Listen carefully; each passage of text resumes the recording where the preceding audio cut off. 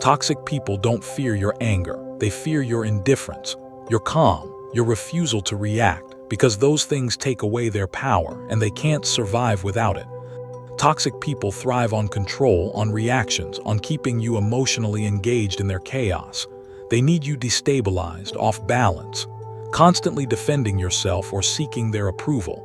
But there are certain behaviors that disrupt this dynamic completely, not through confrontation, not through drama, through silence, through boundaries, through emotional detachment. And when you use them, toxic people reveal themselves, not through what they say, through how uncomfortable they become. Here are 5 silent behaviors toxic people can't handle. Behavior 1. You stop explaining yourself. They ask why you made a decision, why you said no, why you chose something they don't agree with. And instead of justifying, instead of defending, you just say, because I decided to, and leave it there. No elaboration, no apology, no need for their understanding. This unsettles them because toxic people rely on your explanations to find weaknesses, to argue, to manipulate.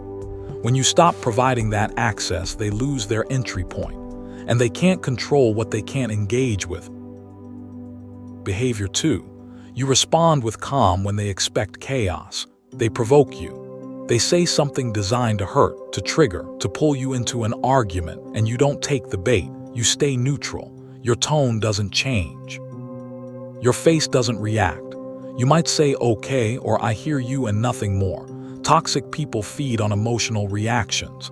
Anger, defensiveness, tears, these give them supply. They confirm their power over you. But when you stay calm, when you refuse to give them the emotional chaos they're seeking, they're left with nothing. And that makes them desperate. Behavior 3. You set a boundary and don't negotiate it. They push. They test. They ask for exceptions. They guilt trip. They tell you you're overreacting or being difficult, and you don't engage with any of it. You simply repeat the boundary. No explanation, no debate. I'm not available for that. That doesn't work for me. And you don't elaborate further. Toxic people hate firm boundaries because boundaries limit their access. And access is how they maintain control. When you stop negotiating your limits, when you stop letting them talk you out of your boundaries, they lose leverage. And they can't function without leverage.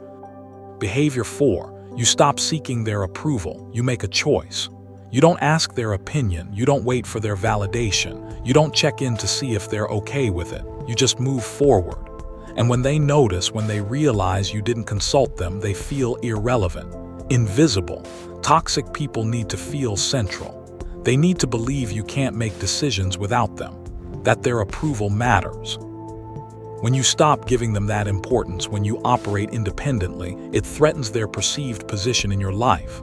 And they react to that threat. Behavior 5. You go silent instead of arguing. They want to fight. They're baiting you, twisting your words, misrepresenting what you said. And instead of defending yourself, instead of correcting them, you just go quiet.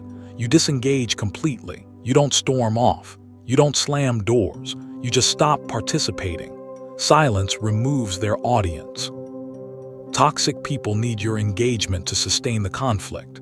They need you present, reacting, playing the role. When you withdraw your presence entirely, when you offer nothing for them to work with, the dynamic collapses. And that terrifies them more than any argument ever could. Toxic people lose power the moment you stop feeding the patterns they rely on. They can handle your anger, your sadness, your need to be heard, because those keep you connected to them, keep you in their orbit. But they can't handle your calm, your boundaries, your indifference, because those remove you from the game entirely. And without you playing, they have nothing left to control.